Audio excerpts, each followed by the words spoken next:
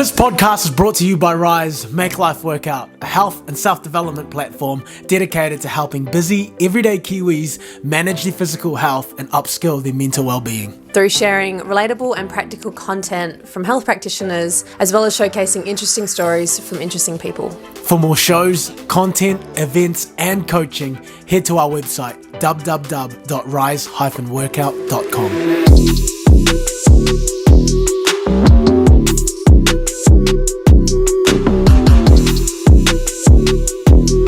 How's it going, everybody? Welcome back to the High Frequency Club podcast. My name is Marwan Salario. And I'm Sinead Bidman. We're here talking all things self-development, growth and mindset. In this week's episode, we chat to personal trainer and entrepreneur Pedro Avila.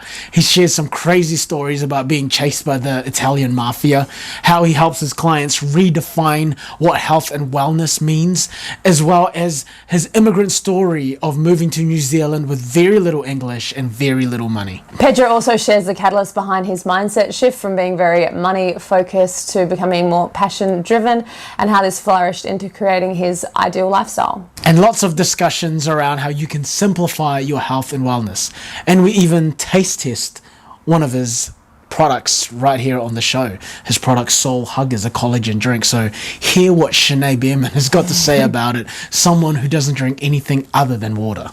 Yes, and be sure to let us know your thoughts once you've had a listen, and make sure you follow along at the High Frequency Club on all your favorite audio platforms, as well as on Instagram and YouTube. Enjoy the show. We always start at the same point. And the thing that me and you have in common is that we are both immigrants. I'm from the Philippines, you're from Brazil. And a big part of my life, I used to actually suppress my immigrantness, my Filipino-ness.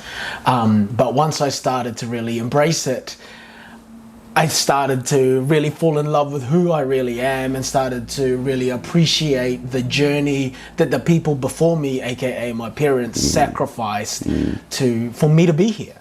So do you mind taking us through the process of what led you to be the person that you are here today? Okay, so it's gonna be a long answer. We've got all day. So where do we start? Well, let me hear. Okay, so I've been through a whole bunch of things in my life, and I honestly never thought that I would be doing what I do today, like being a fitness coach, working with seniors. Like, I've never had grandparents, and my grandmother died when I was 11 or 12, but I don't know, my family's weird, like everyone lives their own lives. Nobody introduces, talks about each other's lives. They don't really care about what is happening. Like, I care about me and my close family, right? So I never grew up actually going to my grandma's house or speaking to her or just having a connection with older people. So yeah, it's weird for me now, looking back and looking my whole life and everything that I've done, and I'm here, yeah. I'm grateful because in a way this is what I always wanted, since I always wanted to have my own business. I always wanted to do what I love, I always wanted to not do things with money as the primary reason why I do that thing, and I grew up in a family where money was scarce, and my parents, they're now 65, 66 or 67 or something, and they're still worrying and struggling with money, and this is something that I saw my whole life, I've never felt really secure in a way. We were always moving houses, and I always said to myself, when I grow up, I don't want this. This is unsettling, you know. So when I was 16, my godmother, she lives in the States, and she gave me a exchange student program as a gift. And I didn't know how to speak English back then, you know, when I was 16. And I'm from Rio, a big city, and my parents never had money. Like, I never even considered living outside of Brazil. But then I went. I lived in Kansas, which is it's a state, but then I lived in Eskridge. It's a city with 500 people. In the USA, right? In the USA, yeah. And, you know, I was 16 years old, never gave a fuck about anybody or anything. You know, I always did my own thing. And then out of the sudden, I'm here. I don't even speak the language. 500 people were there, very close-minded. And it was a great experience for me because it opened the door to so many possibilities, you know. Just understanding how these people live and how they think. And just being completely out of my comfort zone, which is living in a big city, having my freedom, being able to speak and articulate my wants and needs. So it was a great lesson for me. Came back, and then again, the goal for my family was always to make money because we never had it, right? So you gotta make money. You have to go to uni. You can relate, you know, like. Sure. So I always liked computers. So I decided to do computer science because it was the future, right? So I did go to uni. I did computer science for 2 years. But it was very different from the person that I was. You know, I was there because I'm here, because I need a university degree, and this will help me be financially stable in the future. But like, I was very different. I was skipping classes just to play sports, you know. I was partying. Like, I was doing everything except being in class and learning about computer science. I didn't see myself as someone that's gonna spend the rest of my life sitting in front of the computer. So I think that was one of the first big clicks in my head. Like, I own my life. I can change my future, and I don't see myself here as a computer scientist just in front of the computer. No, that's not what I want from my life. I want to travel. It sounds like you had so much independence growing up before you moved. Now all of a sudden you're now in this new country, you don't speak the language, people look completely different. Did you find that a lot of your independence from your childhood to your adulthood in USA translated? 100%. Yes. Yes. So do you think you were less fearful as most people would be if they were in your situation? Because I had nothing to lose. Yeah. You know, when you got nothing to lose, you just embrace the world. And whatever happens, it happens. I feel like I always like the challenge, you know? So the challenge of being in a country where I don't speak the language and I need to make it work. You know, they placed me in a school where it was me from Brazil. There was this girl from Colombia, and there was this other girl from Korea. And we were the only ones in that 500 people town, you know, so that it was very different. You know, they put me through American history classes, and I didn't speak English. Did you? And you obviously didn't understand the classes. I didn't understand. But again, being from Rio and being exposed to so many people that want to take advantage of you, you learn how to be street smart. You know, and I think that was the biggest difference, because when I got there, everybody was so, this is what I do, this is my life, this is the right thing to do. So during exams, for example, the professor used to walk out of the classroom and nobody used to cheat. And I'm like, oh, this is different. You know, people trust. Yeah. So I'm going to take advantage of it. Yeah. You know, like that was my mentality back then. Like, if they give me a chance, I'm going to embrace it. So it's funny because there was this first exam, and I had to get good grade, otherwise they would send me back to Brazil. Right. And I had no English, and that comes the first American history test. And since I didn't speak the language, and I knew that the test was going to come through over the next few weeks, I started to pay attention to the students that used to answer the professor more often. I didn't understand what they were talking about, but they used to interact with certain students. And when the test day came, I sat right next to these people. And I literally copied the whole test from them. And then when the results came, 90% of the class got a 5, and I've got like a 9.5 out of 10. You know, so it was a great mark. And they're like, what the fuck? You didn't even speak the language. How did you get that grade? And yeah, I was going to ask that. How did you get away with that when they knew that you couldn't speak English?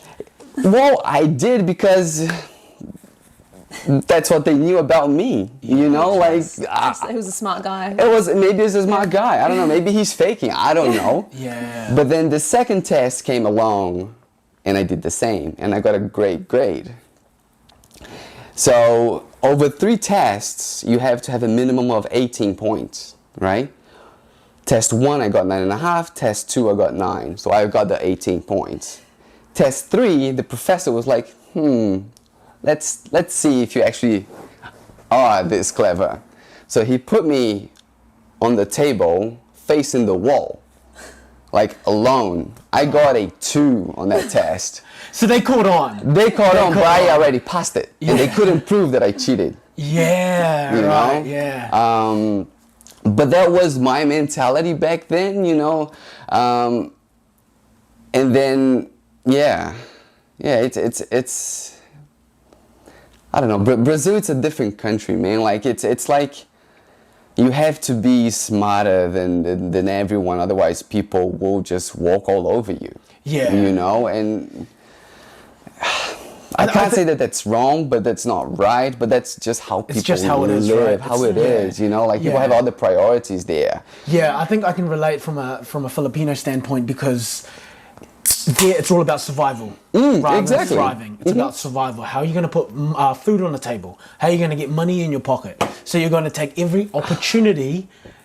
Take every opportunity it takes to put food on the table, put money in your pocket. Exactly. And if that means Sometimes stepping on top of other people, Yeah.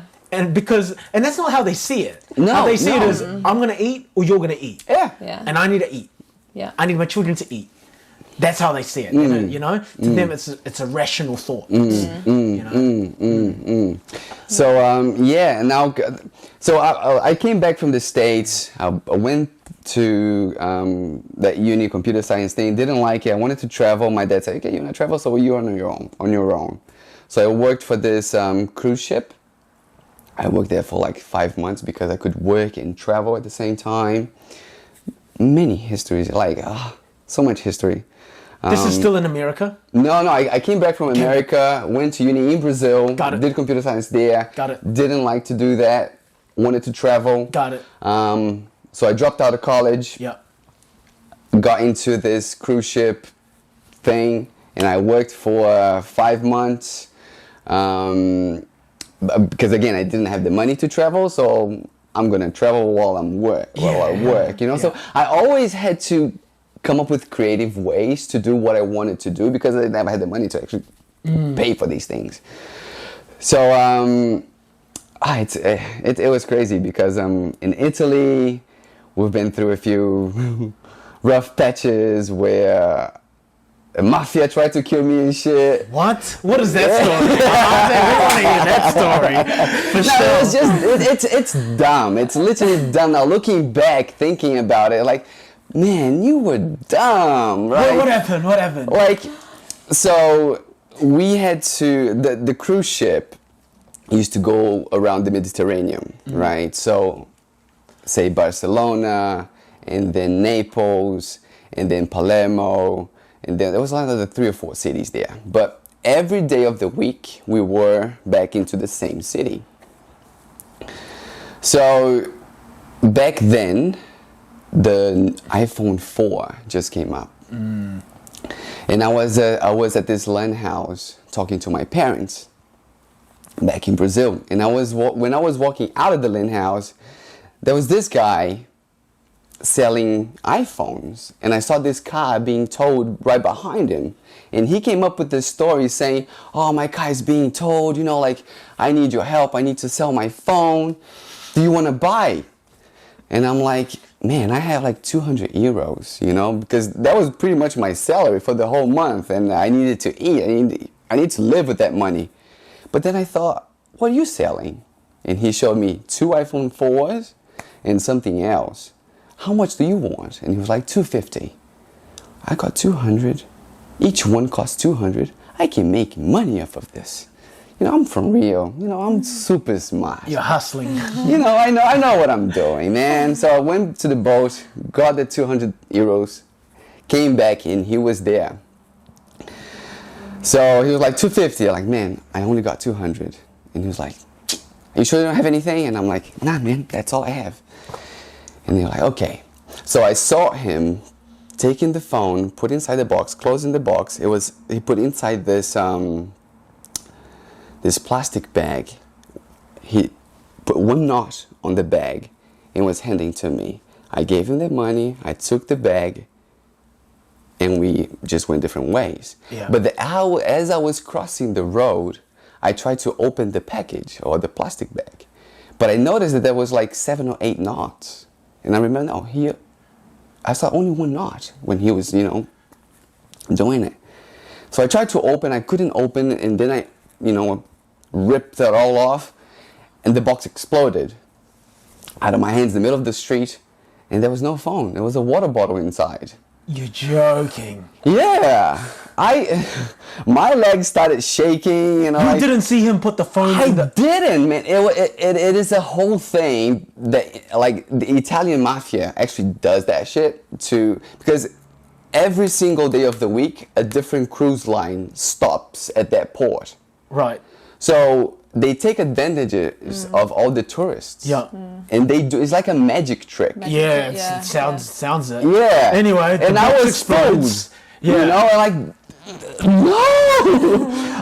Well, your salary's gone, bro. My salary's gone, you know, and my moral, like, I thought I was extra clever and smart and no one could fool me. And yeah.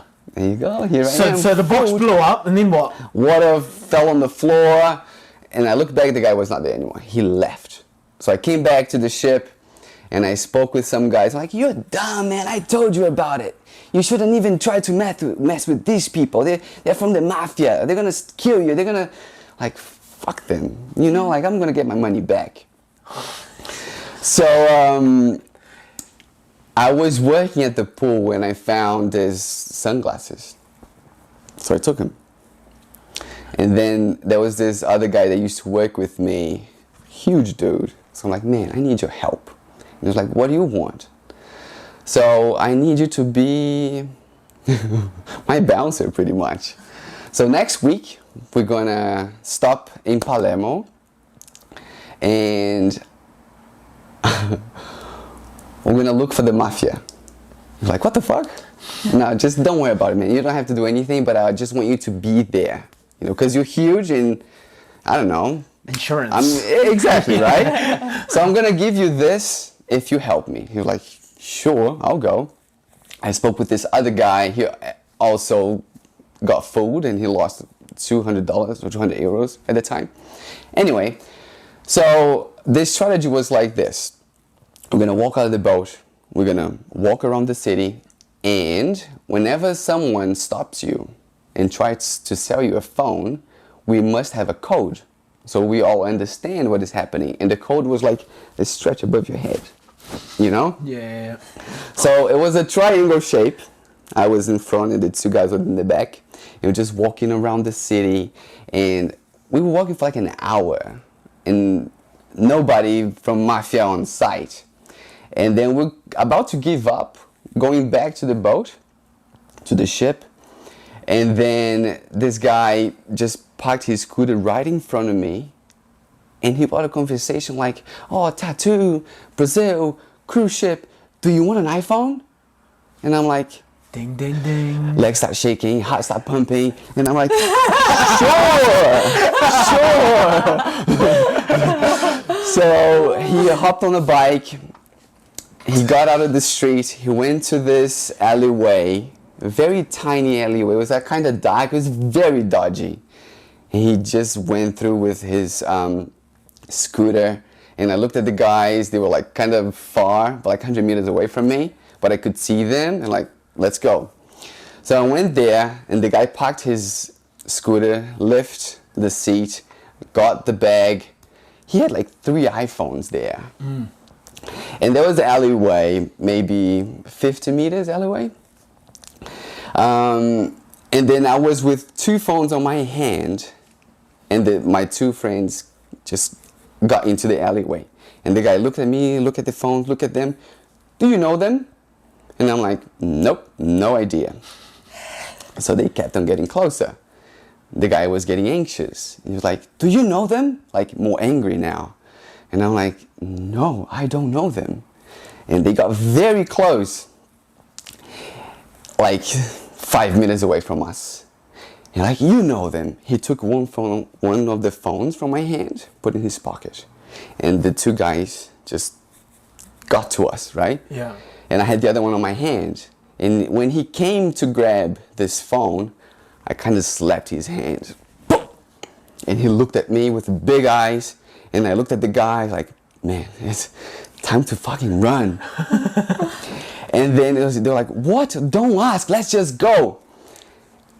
The guy turned around, went to the scooter. I saw him taking a gun out of the fucking scooter.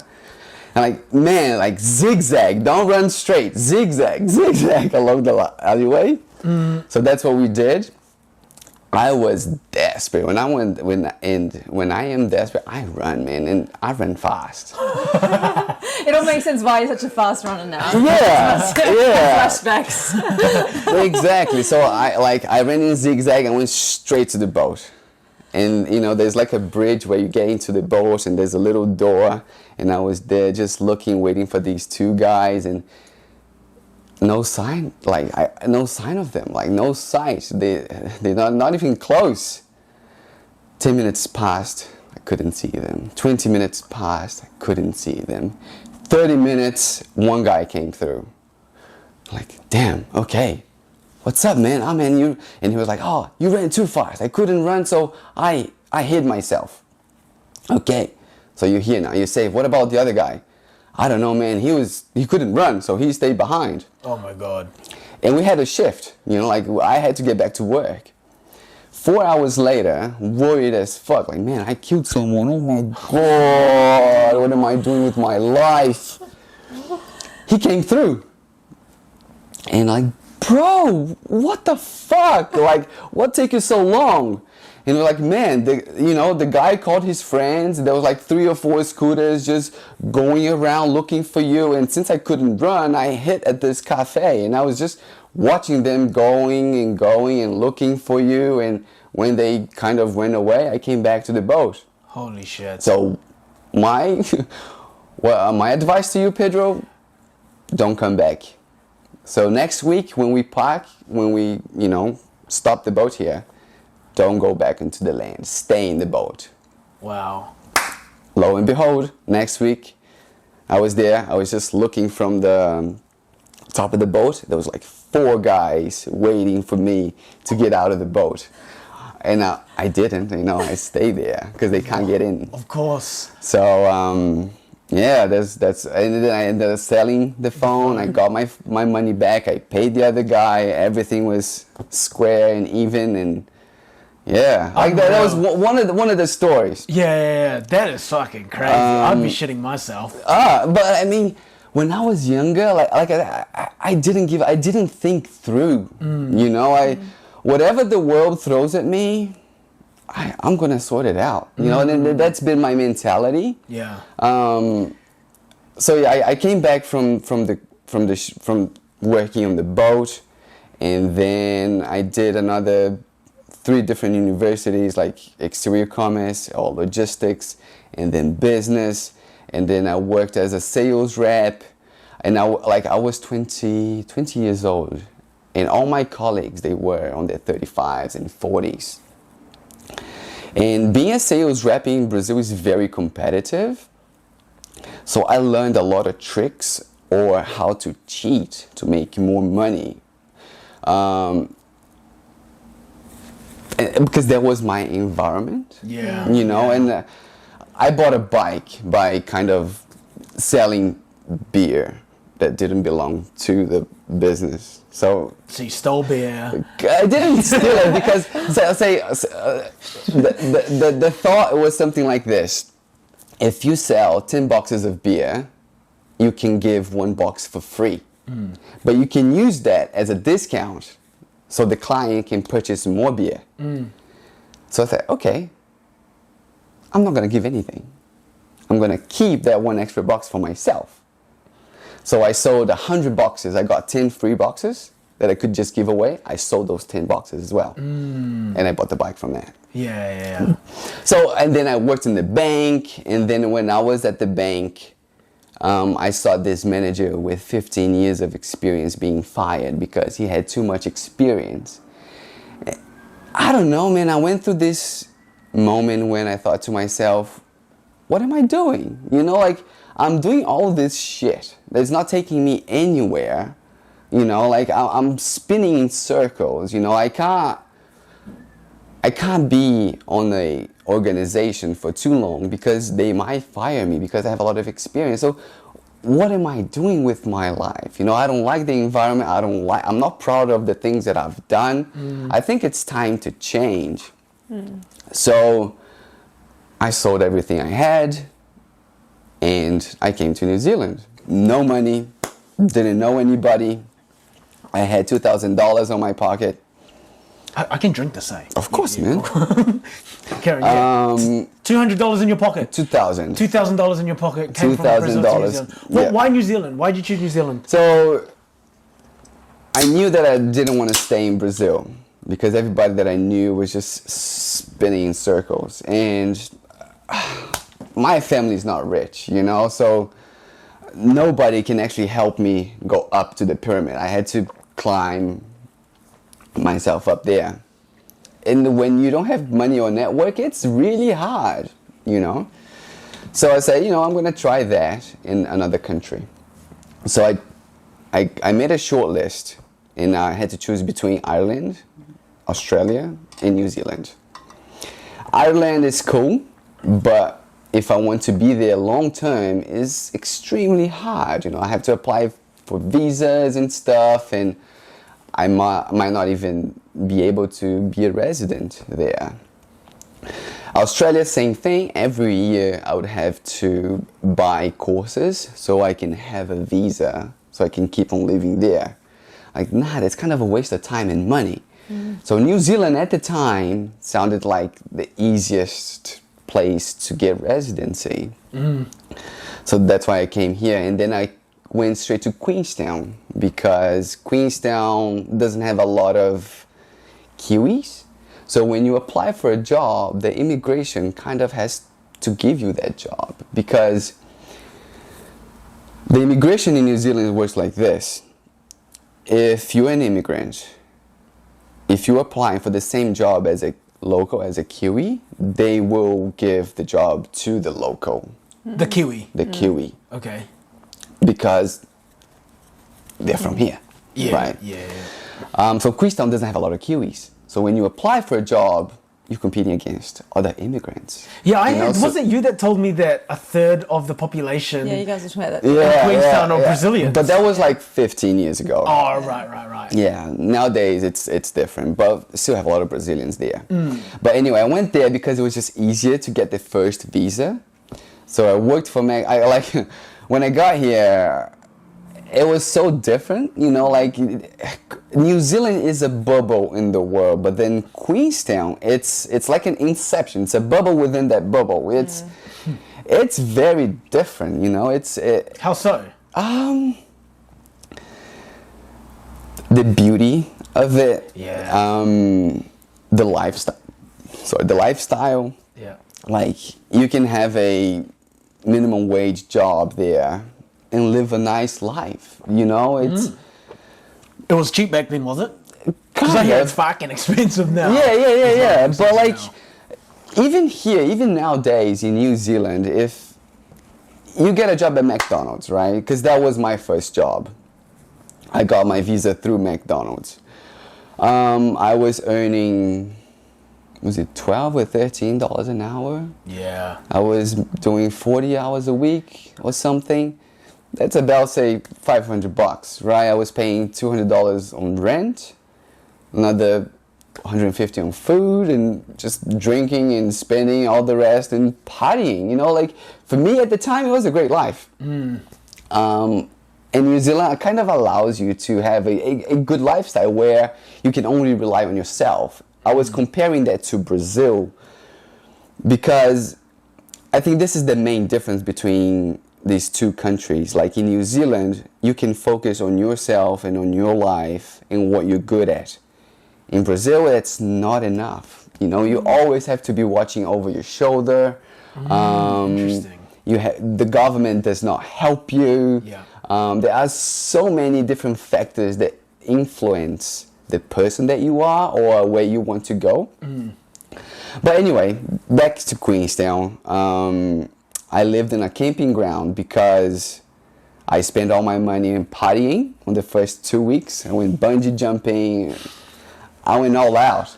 And then I had, say, $200 left or something. And then there was nowhere to stay because it was New Year's. And the only available place was this camping ground. So I shared a tent with another my brother and 2 friends. And then it was raining. So you were homeless. I was pretty much homeless, yes. That's homeless, right? That's the definition of homeless. Okay, I never thought about it. Don't put that as a title. I was homeless. Okay, bro, I was trying to make it sound not too bad. So you were homeless, bro. Like homelessness. True. But I was fucking happy. I was living the life. Like, I didn't give a fuck about anything. And then I met this girl, which is Tyza. And she was staying, because she used to live in Queenstown. Right. And she was staying at her friend's house. And I was living on the camping ground. I met her. And she had a roof. And I'm like, I like you. You're definitely homeless, bro. Yeah. So, like, we're hooking up, and I was staying in that house with her because I didn't want to stay in the camping ground. Can we go back to your place? Yeah. But then we're like, I don't know you. Well, let's go. You know, I'm fine. You know, like, trust me, you're gonna be fine. I'm not a psycho. Plus, we had other people around us. But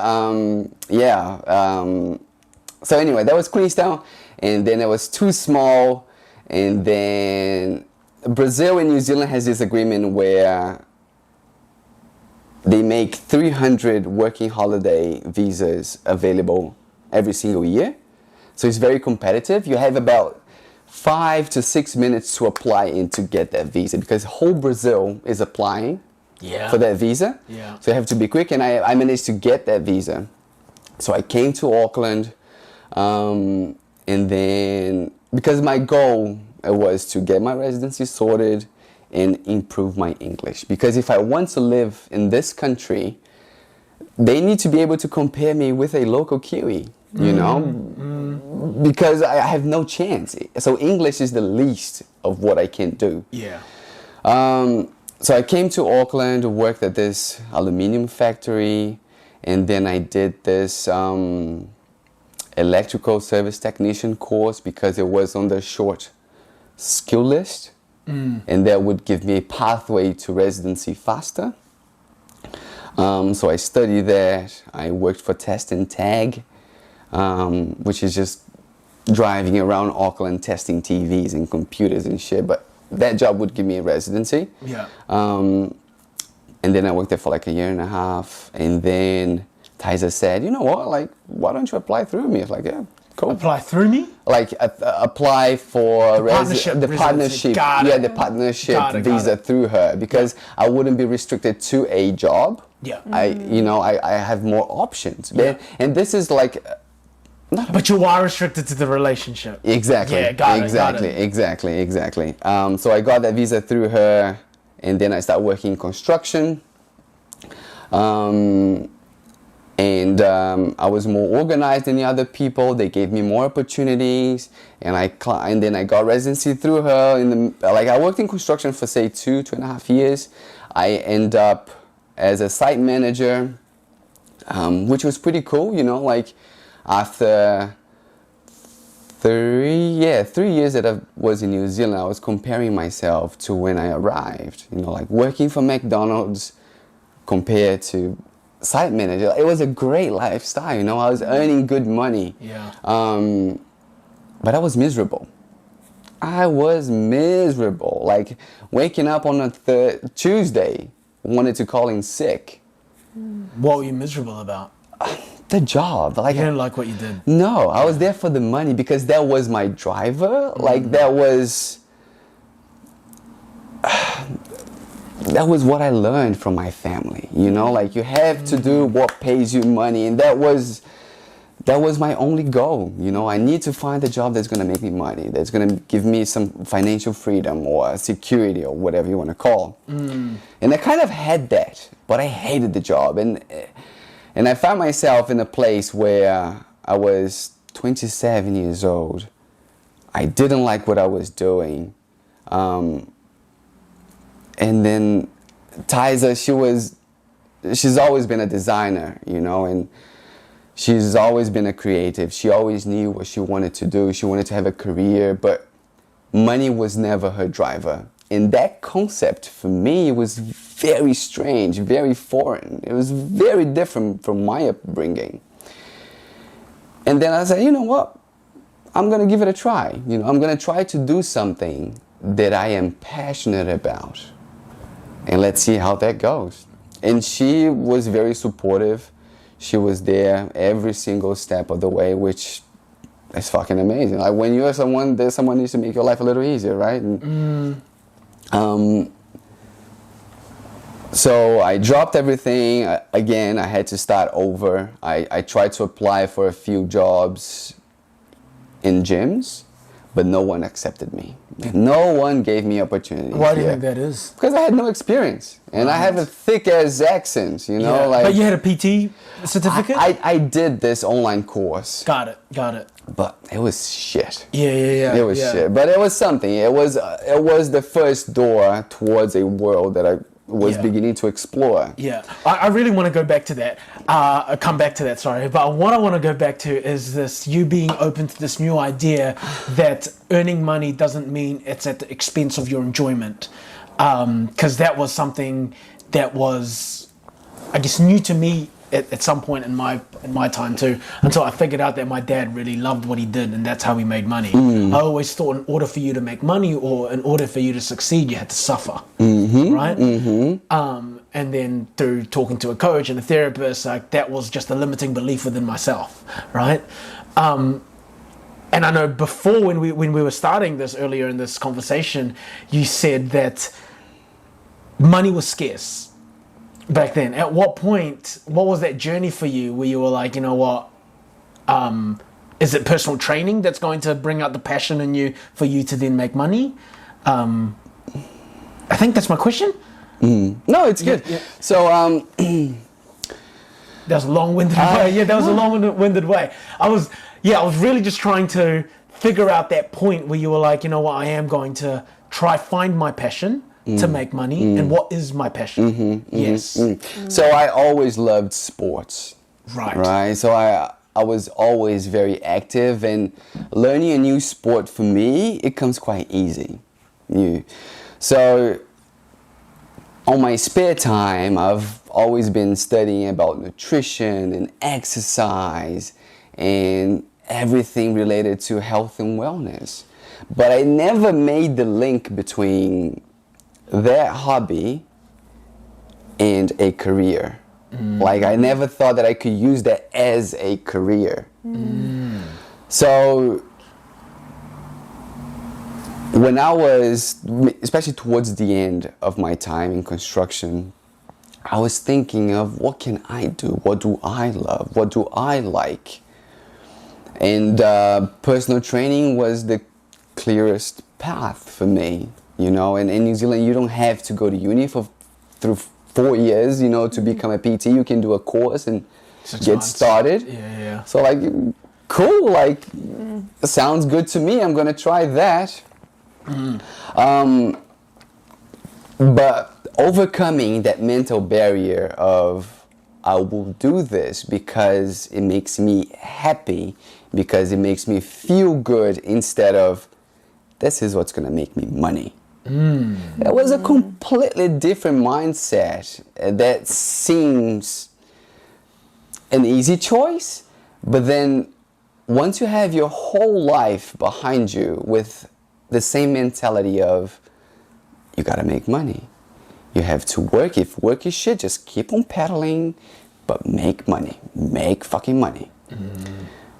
It's hard. It's like it's a huge obstacle that you have to overcome, but and it's so much easier to do that here in New Zealand. But this is the beauty. To Brazil and Philippines. Like, this is the beauty about New Zealand. New Zealand allows you to take your time to do what you love, because if you do what you love, you're very likely to be good at what you do. If you are good, money will come. And that's very different from everything that I learned in the past, you know?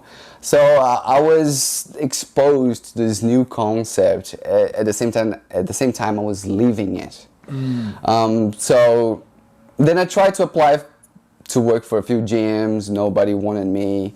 So I said, you know what? I need to be creative. Like, not just another thing in my life. I'm going to make it. If nobody wants to give me an opportunity, I'm going to make my own opportunity. And at that time, I was doing CrossFit at this gym. And I met this coach, Joe Gim. Love you, man. What's his name? Joe Gim. Joe Gim. Yo's a joke. Hands down, he's fucking amazing, man. The most knowledge guy I've ever known. He is crazy smart and Gave you a shot. Gave you a chance. he kind of gave me a chance because we spoke about having an outdoor group where we could just host workouts free for the community, and he would be the coach. And I would be the guy that was going to help him out and do a bit of a, you know, marketing and whatever. I see. So you were back end. I was kind of back end, yeah, because he had all the, I had no experience, and I kind of needed to learn from someone, and he also wanted to do that, like, perfect opportunity to learn from someone from the industry and to expose myself to more people. So we started doing these outdoor sessions at Victoria Park 3 times a week, say for 6 or 8 months or whatever. It was great. I learned so much. Like, he's my mentor, and he will always be my mentor.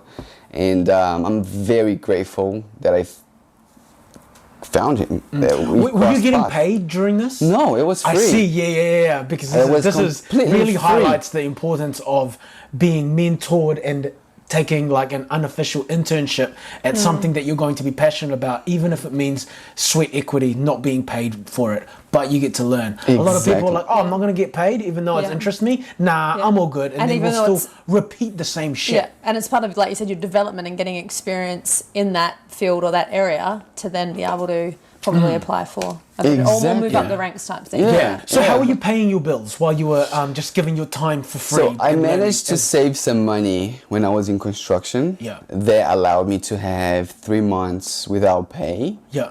And that was kind of the target. So in 3 months, I need to have enough exposure that I can work from a gym or from somewhere. Got it. Did you feel like you achieved that? Yes. 3 months on. Yeah, I mean, I think the first job, I was doing that, and then I managed to get a job at YMCA. It was also for free. It was an internship. So I was doing two free jobs, but I was learning a lot from everyone around me. I was also doing online courses at the same time because I had no time to waste, you know. So I dove in, you know, like I went all in. I love this mindset. I fucking love this mindset because you're humble enough to say, look, I'll do this for free at the expense of being taught. You had the blessing of having savings. A lot of people can also work whilst also, but obviously that's going to take so much more time if you're working an 8-hour day and then you're going to do like a 4-hour internship. But also you've got to put things into perspective. Like that's not forever. Exactly. It's not forever. There is this end goal. Ultimately, you will get past that, you know? 100%. So, and then I managed to get this job at F45, which was a great experience, you know. It is a cool franchising. But I didn't like to wake up around 4 and just be yelling at people. Like, nothing wrong with it. Not what I wanted to do. You know, but then from that opportunity, I was able to get into this other gym, which was a Chinese gym. So you've gone from not being able to speak English, now you kind of speak English, now you're going to a gym that doesn't... No, like, it was me from Brazil, it was Joe from Korea, we had Guilherme from Brazil as well, and then everybody else was Chinese. Even the clients and the owner, everyone there was Chinese. But it was good because I was next to Joe.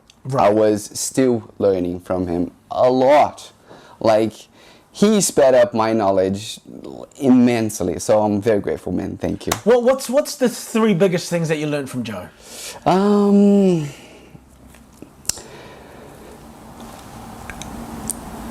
Understand your clients' needs. Like, put yourself in their shoes. Empathy.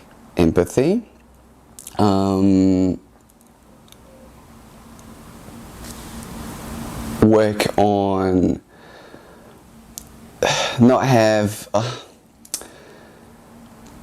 it was very practical, like on a day-to-day, like understanding about strength, understanding the role of flexibility, understanding the role of aerobic capacity, and how to put all that into a training program that's gonna suit the client's needs.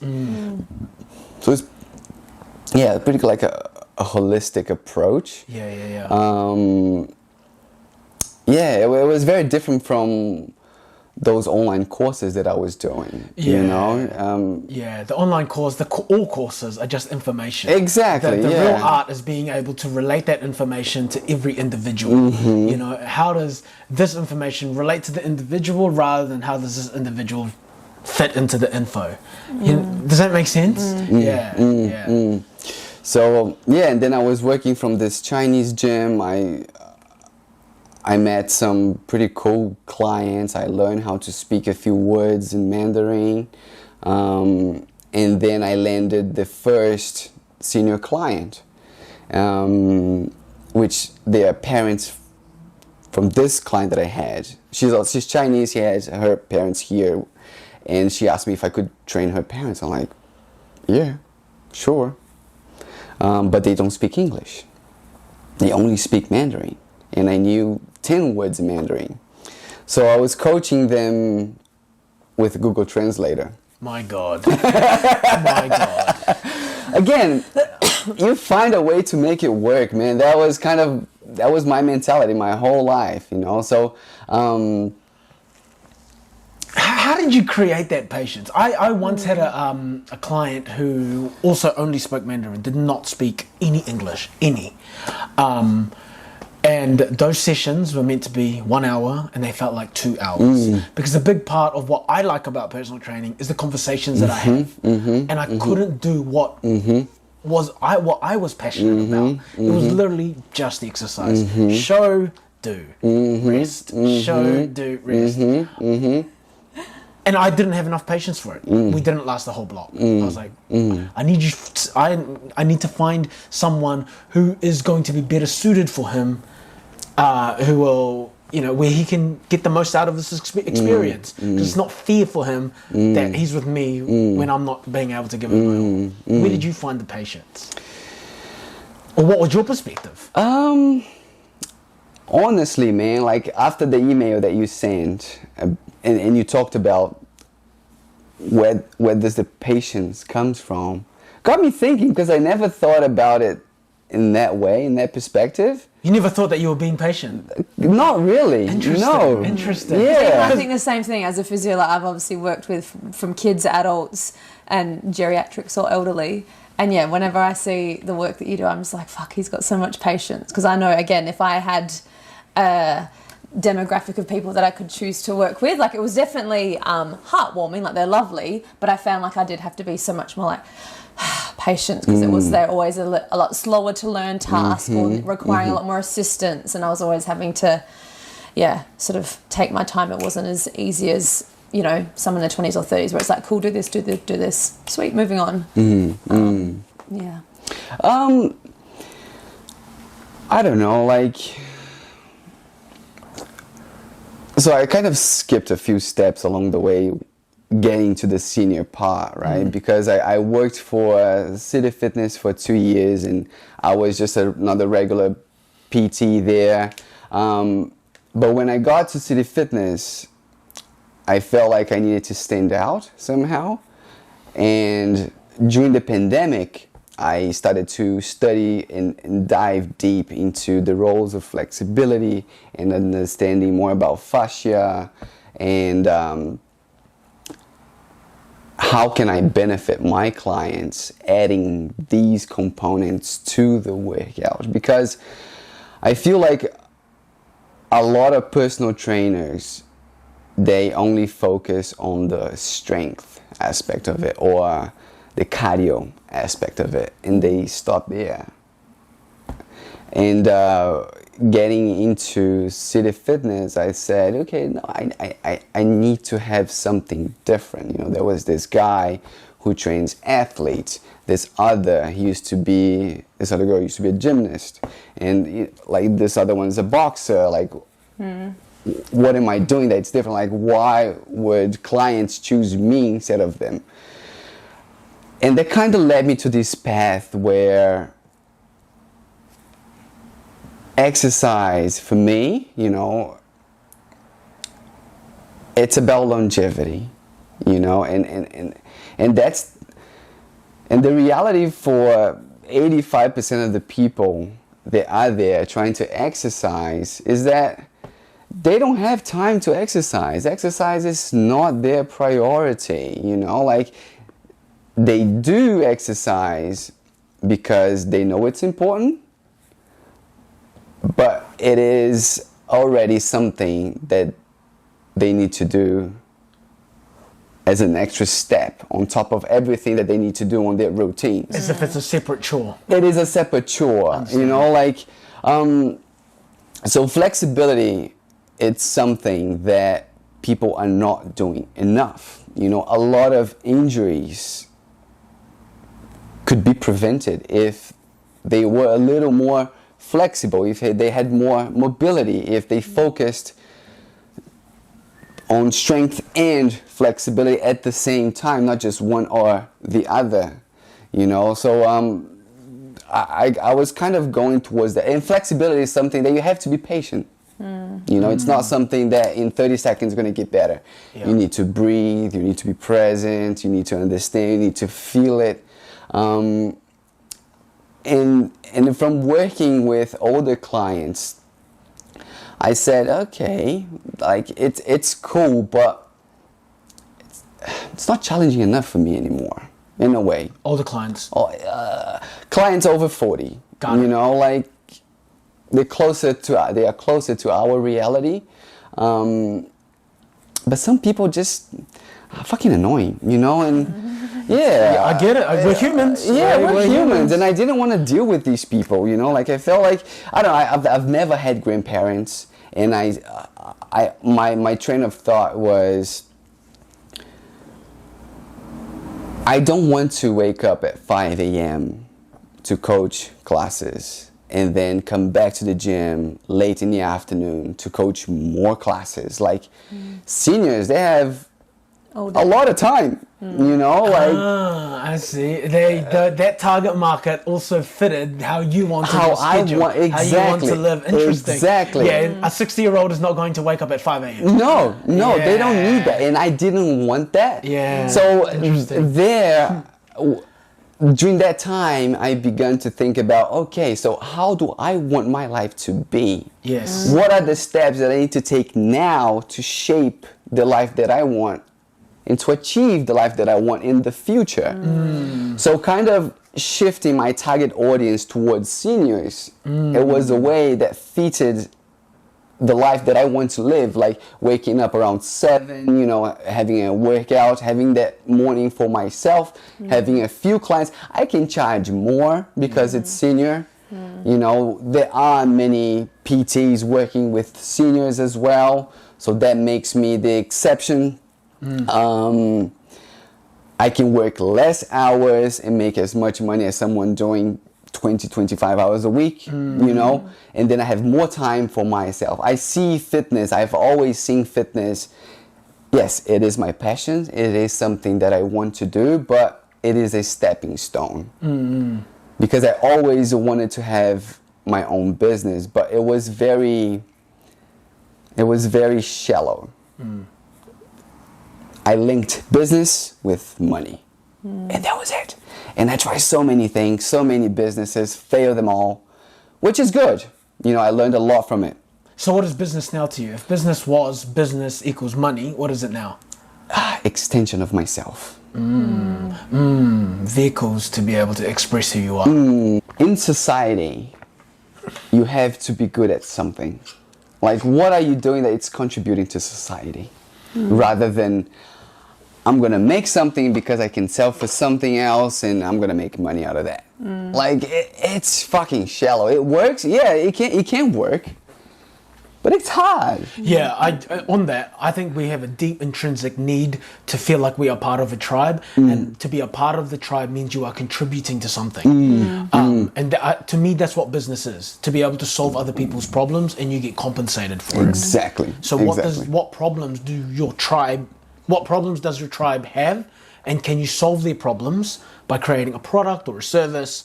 And they will compensate you for it. And the way to understand that is by being part of it first, but also being good at that thing. Because it gives you a 360 view of how things work around you. And then you can find solutions for problems that you see happening around you.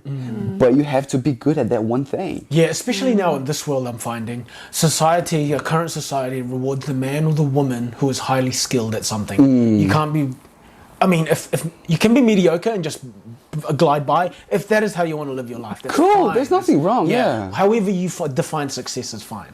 But if you want to be highly successful in the things that you are passionate about, things you want to do, you have to be highly skilled.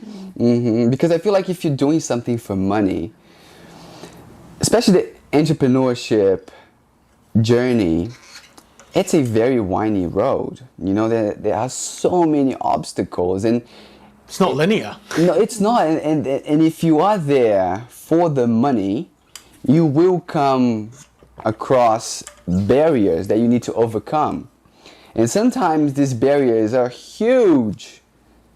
And then if you are there for the money, it's not enough reason to overcome that barrier or to have enough patience to overcome that barrier. And then you give up. Yeah, because a lot of the problems are money problems as well. Exactly. Like, I don't need this in my life. Yeah. Fuck this. But then if you are looking ahead, what is the goal? Why are you doing this? It's to help others or whatever. Yeah. You're gonna the barrier is just another one on the road that you will have to overcome. Like the mindset shifts. Yeah. You know? And again, I see personal training as a stepping stone, because I now am able to see what are the things that I can do to improve the life of the people around that I am serving. You know? So what do you mean by stepping stone? So like there's a certain step, and by that point the personal training is your finished personal training? So for example, I began coaching 3 sessions at the park. That was the first step. And then I managed to get into a gym. That was the next step. And then a bigger gym, the next step. Working for myself, the next step. What's after this? Yeah, you know. So the next step would be, I don't want to have my own gym. It's too much work. And I agree. People think it's beautiful. Oh, you have your own gym. It's a lot of fucking work. It's a lot of, and every gym owner that I do talk to, every single one of them says, if you want to earn a lot of money, don't own a gym. Yeah, exactly. Because even with PTing, like there's only so much money you can earn. Yeah, because there's only so much time that you have. Exactly, and like there's nothing wrong with it, but I always wanted to be an entrepreneur. I always wanted to have my own business. I always wanted to dictate my future and to create my future. And I always wanted to skip this middle step and go straight into the business. That's why I always failed, because it was shallow.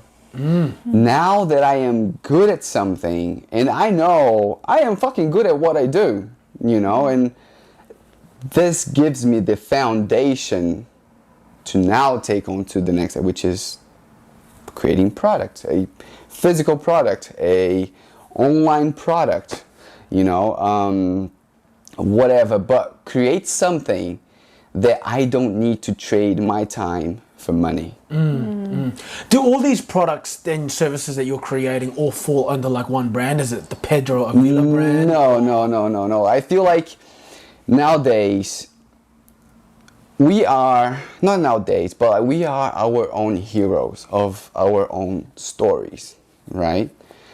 And if I am struggling with something, like in every single story plot, there's the character, the hero of the story, he has a problem, and then the guide comes along, he helps solve the problem, and then there's a huge difficulty or barrier that they need to overcome, and then it's the end, happy ending, right?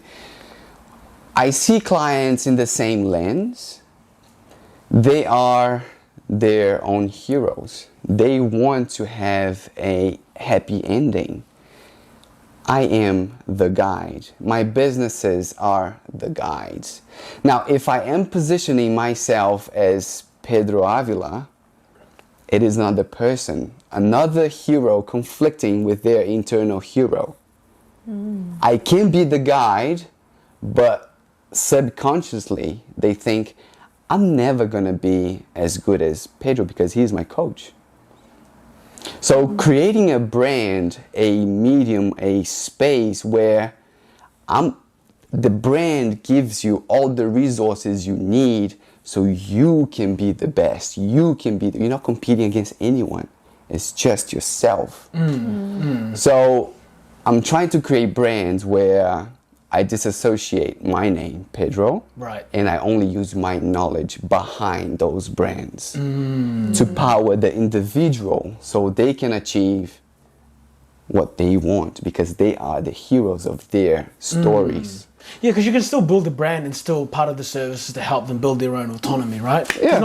Or because you subject yourself or work with a brand doesn't mean that you'll always be with that brand forever. No, not at all, not at all. Yeah. So that's, and also it's more scalable. If I call something Pedro, I can only grow so much, and whoever it's part of the brand expects me to be on the other side of the screen or product or whatever, and I don't want that. Again, I'll be trading my time for money at the end of the day. I need to be able to hire people to help me drive this forward. So you're not interested in creating a personal brand? No, not at all. Right. No, I don't see the necessity, to be honest. There are so many ways. There is, for sure.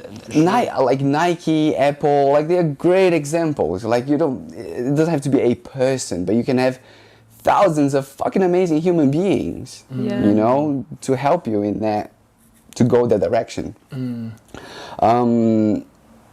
Yeah, I think we went into a tangent and it's good. It's good. It's Could good. lead us into talking about soul huggers. Tell us how that did come about. Great segue. Great segue. So soul huggers, especially in Auckland, I was exposed to events, outdoor events. Run for Auckland is a great event, so every Sunday come through. But after those events, I always wanted to drink something else, you know, because they usually give you beer or something alcoholic or just a sparkling water. But I wanted something different, and I couldn't find anything. So I came across collagen, and I saw the benefits of it. And then I decided to tinker, like, oh, okay, like I'm cooking. I feel like drinking something, but it's not alcoholic. It's not sparkling water. I want something with flavor that it's gonna help with my recovery. So I began by making myself. I had a soda stream, and then I was just doing my own recipe, and I drank like, ooh, this is nice. What if I could have this in a can? So led me to this. So have you been making soul huggers from your own house? In the beginning, yes. Wow. In the beginning, yes, wow. yes. And then I went through this startup accelerator, which was pretty cool. It gave me, because personal training, it is a business, but having a business and seeing everything that goes behind the scenes, it's a different ballgame. And I was never exposed to that. And creating a drink, it's a different ballgame, you know. And again, when I do something, I like to throw myself in the deep end. So I went through this startup accelerator where I was in touch with a lot of mentors and investors and other founders, and I learned to think and to understand how they think, which gave me a lot of insight on how to go about business, not just a beverage, but other businesses. What's been your biggest takeaway? Again, your business has to be an extension of yourself. Like, you have to love what you do, because you're not going to make money in the beginning. And then if your driver is money, you're going to fail, you're going to get frustrated, and you're going to quit. So if your driver is not money, is the experience itself, it's learning, it's making mistakes and overcoming and making it better and getting feedback and making it even better. It's the process, it's the journey, and understanding to appreciate every single step has been the biggest achievement and the biggest takeaway for me. But yeah, so I tried, you know, like I went to this place where they could make your recipe, like a proper recipe, a professional recipe in a way. I gave them the idea, and they came up with a recipe, and I got in touch with a co-packing facility. We made the drink, and yeah, here we are. Wow. So if you're not watching, we've got it in our hands here. Soul Huggers Lime and Mint Sparkling Water, 10 grams of collagen with vitamin C. Clean and natural ingredients. Only 63 calories. Yeah. I wanted to make something clean, like the least amount of ingredients. Like, I love to cook and snack and sip on drinks, and I created something for myself at the end of the day. Something that it would make me feel good, you know, like, and it would help with my recovery. So sometimes I go to barbecue, friends barbecue, and I don't feel like drinking alcohol, and people keep on pushing alcohol into you. Like, nah, man, I don't feel I want to drink something else. Yeah. And then I wanted to create a can that kind of looks like an alcoholic beverage, but it's not. Do you drink? I do, but rarely. Yeah, right. What pushes you past that line where you're like, yeah, I'm going to drink? Like, did that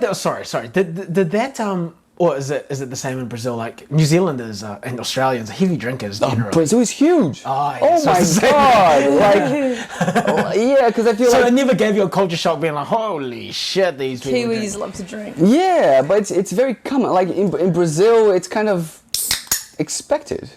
You know, like I was drinking every single day In Brazil. in Brazil because I was on holiday and everybody drinks for every occasion. You know, everything it's a reason to celebrate. Yeah. Um, So what, hold on, Sinead only ever drinks water. Only ever doesn't drink anything else. But I'm currently aside, drinking a soda. aside from water. This is. I think I've been dating Sinead for over 2 years, and maybe this is the 5th time I've seen her drink anything outside of water. What do you nice. think? What's your review, Sinead? It's nice. Well, I've had it before, obviously, and I enjoyed it. Because I'm not a huge fan of sparkling water. I'd just rather drink normal water. And me too. most sparkling water or any sort of carbonated drink, so any sort of like lemonade or anything like that, it just makes me feel real bloated and blah. Whereas, so the first time I had one of these, I was like, oh, yo, I feel good. Like, I just, like, that felt like yum tasty, but light, refreshing. Yeah, it's trippy, eh? Like I use the example of it's light yet it's still flavorful. Yeah. You Yeah. know? It's not overpowering. It's not so Yeah. fucking sweet. You're like, oh, Yeah, here it's we not go. like, oh, that sugar zing that you might get from like a Yeah. lemon lime bitters or whatever. Like, Yeah. it's just enough that you can taste it there, but yeah, not overpowering and doesn't leave you feeling like, yeah, you've just had a can of drink, which generally, like I said, whether that's alcohol or non-alcohol, most of the time I'm like, ugh, feel bloated and heavy. but I still feel like this is not the last version. What would you change? Man, like I need to get feedback from the people, and I want this brand to grow with its customers. Yeah. You know, so hearing feedbacks, like especially because we're so small, it allows me to make those tweaks and changes accordingly to what's best for you, what you like best. Yeah, well, let's You know? fucking give you some live feedback right here, right now. There What's you your go. feedback? Yes. I mean, I like it. The only other thing my favourite would be like, I guess going forward maybe you'd try another flavour. Like you've obviously got lime and mint, but you might do like I don't know, passion fruit and hibiscus. or peach or something like that. Like I like it. I like it. I really like it. If anything, maybe play with the more limey. Yes. I'd like to say. Yes. I'd like to. Yes. You know, experience what that tastes like. A bit more limey. Yes, 100%. So you already had that in mind. Yeah. My other thing is like $5. This is $5 a can. How much? What's your price point? Right now I'm selling around 450. $4.50. Yeah, 450. Right. Yeah. Because I assume, like obviously the drinks that we get from the dairy, they are mass manufactured, therefore they can sell for so cheap. Exactly. Yeah. And I got all the ingredients with the minimum order quantity, Yeah. which Yeah. elevates the price. I actually gave this, so I ordered a big pack from you and I gave them all into my client Christmas pack and they all drank it right after a workout.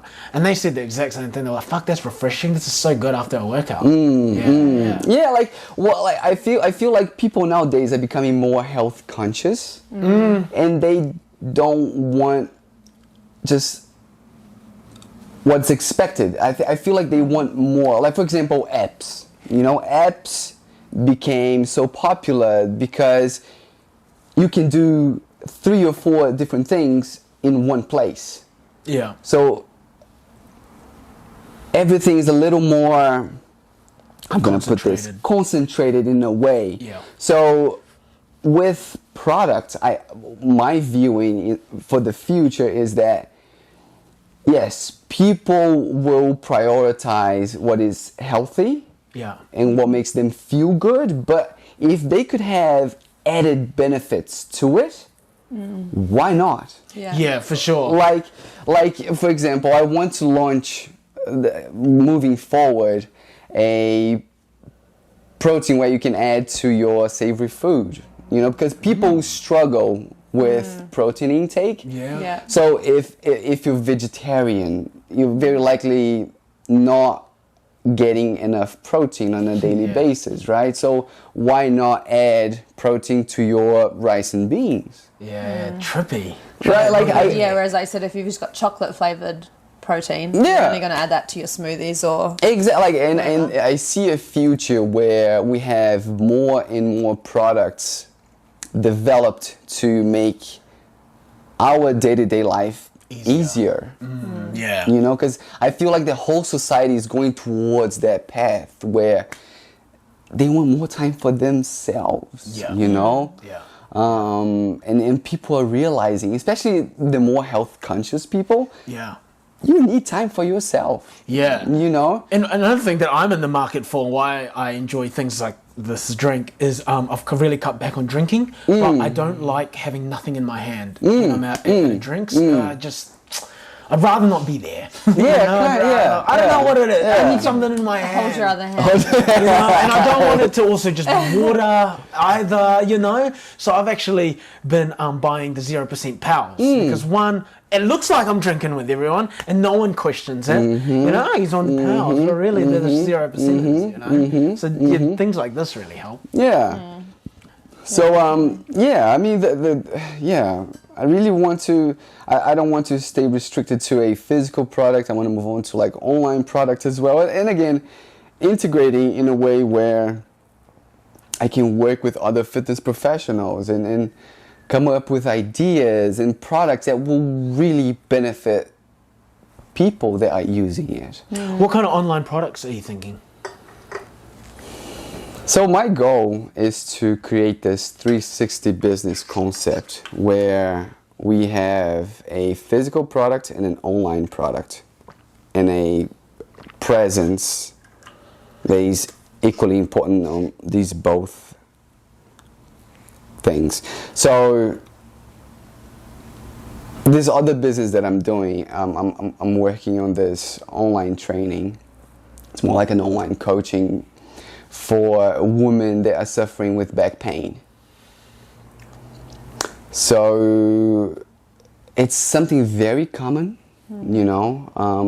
I think there's a stat that says women over 40 years old, 8 in 10 women over 40 years old will suffer from back pain. This is huge. Yeah. This is huge. Like, why is this happening? And what have your stats found? I think there's a big disconnection between the mind and their bodies. Yeah. People are not curious enough of their beings, of what makes them tick, what makes them feel good, of what they want. So they are kind of trapped in the outside world, and all they see, all they feed off is stress from their daily lives. And then their bodies are always in the second or third or fourth or fifth in their priority list. And they just keep on doing the same things for years and years and years, and then they begin to feel pain because your body adapts to your lifestyle. And there's not the stats that says, I think it's like only 10% of people that suffer from back pain actually has a physical problem. Something. Yeah, you on showed your a video on this. I don't know if this is the right stat, but a very small percentage of people actually have back pain because they have a physical problem that is the back is stemming from. Other people, lifestyle and emotional issues. You know, so it's not just physical either, it's also emotional. I don't know if you guys ever read Sarno, Dr. Sarno. So he's a doctor, and he cures people. He died already, but he used to cure people with psychology. Understanding buried emotions, because it's easier for your body to deal with physical pain. Yeah, I think what you're speaking to is just people are just holistically overloaded. And one unable to read and be in touch with their own bodies to know where they are at on that loaded spectrum, and don't have the tools. Yeah, because like I was saying, like it's easier for your body to deal with physical pain than it is for your body to deal with emotional pain. So we tend to suppress our emotions because we're busy, we need to work to feed our children. You know, there's a deadline at work, or I'm struggling with my partner. Yeah. And then you always like, I'm feeling this way, but I don't have time to feel what I feel. So we just, let's push to the side and carry on with our lives. But then they keep on doing the same things that they've been doing for years. Yeah. For years and years and years. Sinead, did you want to speak on, because I know you're very knowledgeable on this, on like people's beliefs around pain, as in like some people, like you said, Pedro, don't actually have a biomechanical issue, but because they've been told that their body is fragile or that their back is broken, you know, that they can't do certain things, they actually create that pain that doesn't actually exist. Yeah, or they, I guess, there's just a lot of outdated beliefs around back pain. Of same with people saying like that their back pain's because they've got a weak core and therefore they need to be doing heaps of core work. But for a lot of those people, then they end up holding so much tension because they're constantly bracing all the time. Yes, my client was that. Yeah, that's your client. Yeah. That they're bracing so much that that's actually putting more tension on their back and therefore causing more pain. Or again, that if they hurt their back bending forward, it's like, okay, bending's bad, don't ever bend. And then they go around, again, never wanting to bend forward, which at the end of the day, that's just natural motion, and that your body's made to move and it likes to move. So if you're not moving it through its full motion, it'll get stiff and sore. So there's a lot of... it's a snowball. Yeah, all those kind of beliefs that people have around pain often will just keep them in pain for longer. So they're quite unhelpful beliefs, but it's hard when a specialist or a surgeon has told them these things, and therefore, you know, that's quite a high on the expert level. But like, oh, my specialist has told me I shouldn't bend or I shouldn't do deadlifts, that that's bad for my back, that's the reason I am like I am. That's very hard to help people unlearn those beliefs. And for this thing that I want to do is to really merge physical with emotional health. And create a program where we are addressing some of the normal issues that people have, which are like tight hips or weak core, lack of mobility, and having all these emotional therapy sessions like master classes where you can actually understand more about yourself. I'm not saying that this will cure the pain of 100% of the people, but according to my experience with the clients that I had in the past, 90% of them had tight hips, weak core, and emotional issues that they never actually dealt with. You know? Which puts a lot of responsibility on the personal trainer to ensure that you are, again, skilled and qualified to be able to navigate those hard conversations. 100%. Because I'm the same. Like, strength training to me is literally just the vehicle for me to get you in and have these types of conversations. Because that's where the real work really lies. Exactly. Why do you want to get stronger? Or what are you maybe running away from? You know, when you are stronger and you're fitter, what's going to happen? What are you going to do with this state? What you know?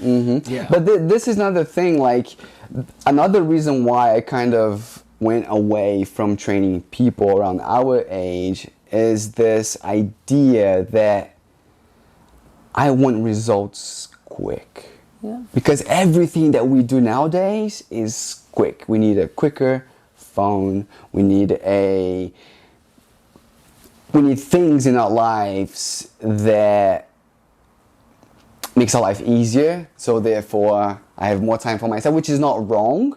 But this immediatism, is this how I say immediatism? Like something immediacy? Immediacy? Yeah, I get it, man. It's something very present, and then when you relate that to health and well-being, people are still stuck on the notion that exercise equals fat loss, exercise equals aesthetics, diet equals aesthetics. Like, no, you know, like, and working with clients to get past that barrier, it's a lot of fucking work. Because we're rewiring old beliefs, right? Exactly. And also, fitness is such a new industry, in my point of view. So if you compare fitness to lawyers or engineers or doctors, they've been around for hundreds of years. Fitness has been around for what? 60, 70, 80, 100 years? Like...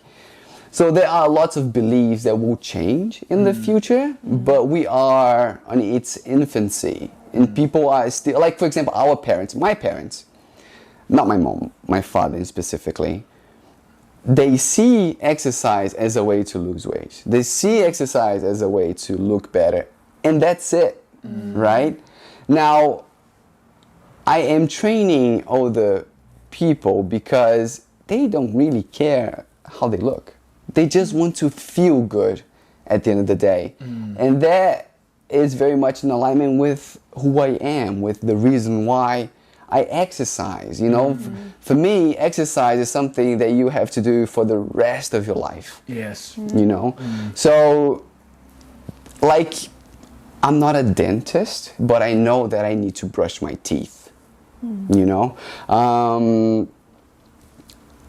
exercise is something that will allow me to live a life of freedom 10, 20, 30, 50 years down the road, you know. I'm listening to this book from Pedro Avila, over, what's the name of the book? Overlived? He's big on like longevity. And Yes. Yeah. Where's my phone? Yeah, it should be about Outlive. exercising for a better quality life and better state of mind. Yeah, it's called Outlive. And he talks about this centenarian decathlon. Right? What is that? What are those two So, words? the goal is to live for as long as you can with vitality, with a good lifespan. You know, with independence, being able to hop on the plane, put your luggage over the top, you know, like go to a beach, walk 10 kilometers, get to know the city, squat down, lie on the floor, play with your kids, your grandkids, or whatever. Just being able to do these things. So the centenarian decathlon are tasks that you will have to be able to do in order to live a great life. So for example, say the centenarian decathlon can be broken down into, say, 10 items, yeah? So I need to be able to carry groceries, right? So that means that my training now must have pieces of carrying as part of the program. If I want to go on a trip somewhere, I'm gonna have to carry a luggage. I'm gonna have to place in the above head compartment. So overhead exercises has to be part of my program today if I want to be able to do this when I'm 100 years old. If I want to play with grandkids, so squatting, getting down on the floor has to be a piece or a part of my training today. So it kind of reverse engineer how your life or how you want your life to be when you are 100 years old, and start to implement some of these aspects into today's training. Because I don't want to be an athlete, you know, I don't want to compete. I just want to feel good, you know, and these are the kind of clients that I want to be working with. People that just want to feel good, you know, without restrictions. So kind of reverse, like, so this is for you that don't see the reason why you should go to the gym. I don't know if this is the target audience that actually watches this, but if you don't want to be an athlete, if you don't want to compete, and then you don't see the point of exercising because you don't really care about how you look, reverse engineer the life that you want to live when you are 60, 70, 80, 100 years old. What are the tasks that you have to do when you're older?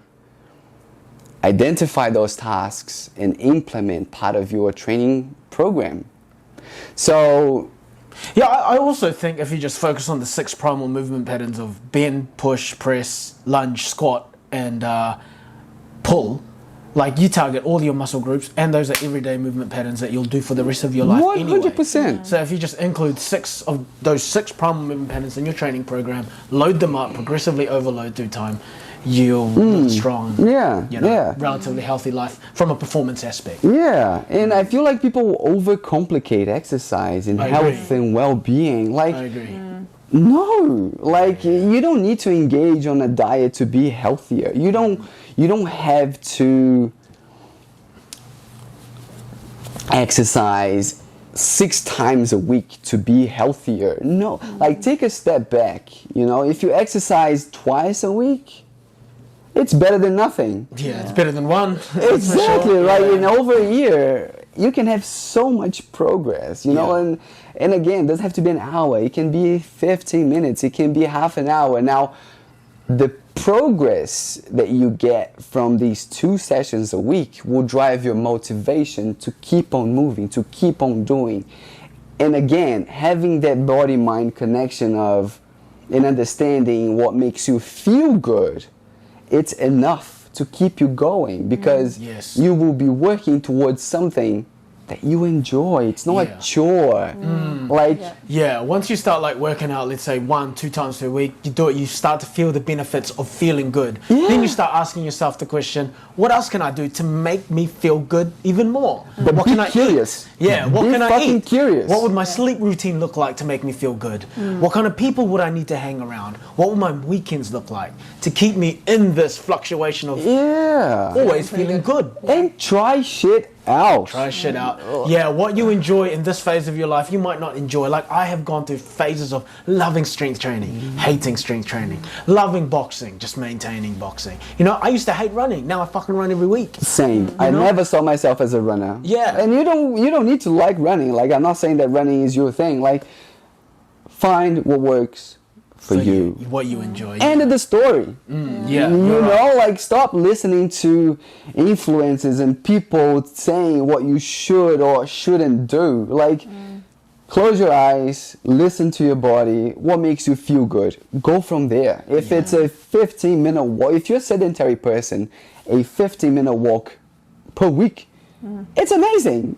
You know, and and that's okay. And that's okay. Like focus on your sleep, you know, like I think it all also comes down to we have a lot of information out there. It's an overload of information. We don't know where to extract what is good and what's bad, what is right and what is wrong. So someone that don't really understand about health and well-being can see this as an overwhelming situation and doesn't even want to be part of this because it's just too much. They are already dealing with their lives. So understanding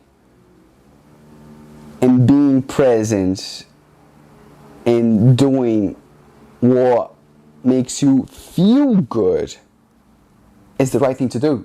Because there's no cake recipe. Yeah, that requires a whole lot of self-awareness and be in tune with your own intuition. And I think there's a lot of disconnect with people's ability to trust their own intuition. 100%. So disconnected from their bodies. And I think that's where like the process of movement allows you to build that trust again with yourself. Like, I know that this weight feels really hard. I know that I should just stay at this weight. You know, knowing that, okay, I know that this session today is going to overload me for the rest of the week. I'm just going to chill out. It's being able to take action, reflect on it, and then you gather more data about yourself. And like be proactive on being curious. Like I'm not sleeping too much.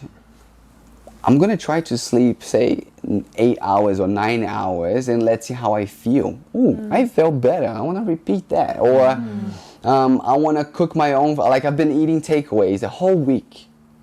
How do I feel? Okay, that's how I feel. Now, what if I cook my own food for a whole week? How do I feel now? And compare. You know, like, and that's it. You know, like just being curious about your life and what makes you tick and what makes you feel good. That's it. You know, like try to drink more water. Simple shit, you know, just move, man. That's what I mean. Like taking care of your health is really simple. Like everyone knows you just need to eat more vegetables, move often, and spend time with good people. It's the limiting beliefs around that. There are barriers for people to get into that action. But people want quick results because they are this person here, right? So I'm a busy person. I worked a lot. I don't really have a lot of time for myself, but I'm overweight. I know that this is unhealthy, but I love my lifestyle. I love my takeaways. I don't like to exercise. This is who I am. When they engage on a diet, they try to create this new persona of who they want to become. And usually it's very different and very far from who they actually are. And the motivation is the only thing driving them to be that person, but motivation fades away over time. And then 2-3 months down the line, they lost weight because they adopted this new persona that's not them. But then they're becoming to get miserable because they miss that old lifestyle, that old person that they were. And then they quit because they will find themselves, yes, I lost weight, I achieved what I wanted to achieve, but what now? I hate this life. Isn't it more so than just a gap between the process rather than, because if I want to be driven, ambitious, happy and healthy, like those are identity traits that I want to be, they're very far away. Let's say if I'm lazy, unhealthy, those are two different personas. But if my process aligned to who I wanted to be rather than this big change up, right? It's more so about the process rather than a change of identity. Because I think the change of identity is what is required for you to change your life. You got to see yourself as something else, something that you already are. You're just highlighting parts of yourself that you haven't highlighted before. 100%. I think it's the process where people overload themselves with too many changes, and then they're like, you know what, it's too fucking hard. They change their lives overnight. And they, out of the sudden, they become this whole new person. Yeah, like you said, they go from being like having takeout all the time to being like, okay, I'm someone that's not going to have takeout anymore. And I'm only going to eat fruit and veg, and I'm only going to drink water, and I'm only going to do this versus, like you said, just being able to make small changes. Be like, okay, well, I'm only going to eat out on weekends, and instead I'm going to try and cook my own meals Monday to Friday and whatever. Like, and then dealing with the internal conflict of who they want to be now, doing all these new things that they're doing compared to who they actually are, is very stressful and it drains you. So rather than trying to get a quick approach and find a solution in 2-3 months, small little steps, enjoy the process. Like, what are the things that I can do now to the person who I am, to my lifestyle, that's going to make my life just a little bit easier or a little bit better? Is it drinking a glass of water in the morning? Cool, so I'm going to start with that. You know, and then slowly changing small habits that are not serving the future me, rather than just changing you in one go. Awesome, bro. Just last 2 questions before we wrap up. Where can people find you if they want to? Find me on Instagram. So meet.avila, meet.avila. Soul Huggers. That's the Instagram. Nice. Do you have a website at all? Not me, no. I don't. I used to, but no. So Instagram is the best way to find you. Awesome. To find me. Awesome. And if you could give Pedro advice from 5 years ago, actually the Pedro who has just moved to New Zealand, what advice would you give him?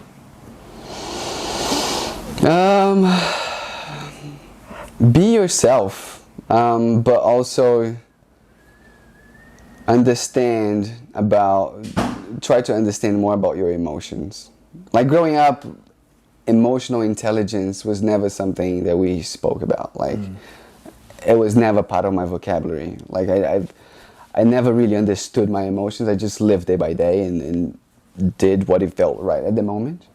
But understanding your emotions, your internal self, will help you navigate the outside world, because you know what feels good and what doesn't feel good. And when an external factor kind of gets in the way, you can deal with it with more ease. Because you know yourself. You know, rather than keep on guessing, keep on trying to do things and see what sticks. No, like take a step back, look in, understand more about yourself, and trust your gut, man. Like,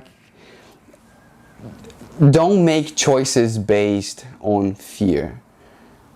I'm not gonna do this because I have a fear that's not gonna work out, or I don't know if this is the right thing to do. Rather, make choices based on, I'm gonna make this, I'm gonna do this because I feel empowered to the point that whatever the world throws at me, I will be able to deal with. And that also makes me feel good while I'm at it. You know, so make choices based on empowerment rather than fear. Yeah. But in order to do that, you have to have more emotional intelligence. You have to understand more about yourself. Yeah. And that's what, yeah. Amazing. Thank you so much, brother. Appreciate it.